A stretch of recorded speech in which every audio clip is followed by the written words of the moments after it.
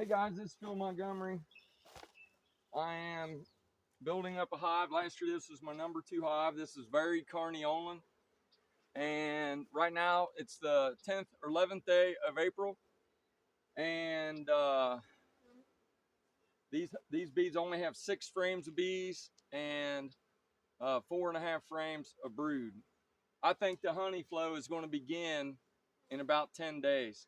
So even if you take those 4.5 frames of brood, multiply them times 2, that's 9 frames of bees plus 6 frames of bees. That's only 15 frames of bees.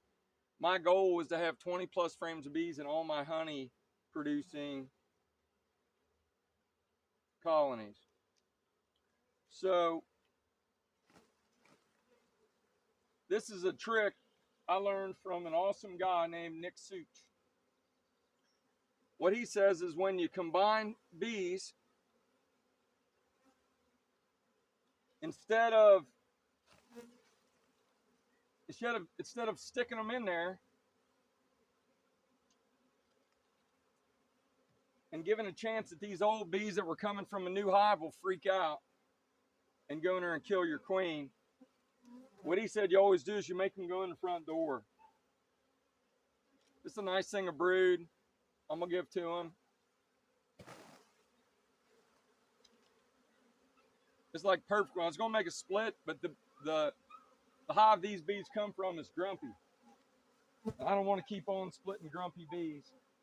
I want to have all nice bees, at least the majority.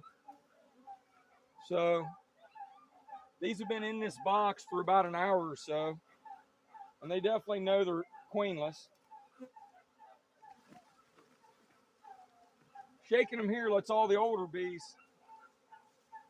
come out and go away. They'll fly back to where they came from. I was going to make another split, but I found out later that these guys needed a boost. So what's neat, at first they're all confused and they don't know what's going on. So the mean bees are going to go back home.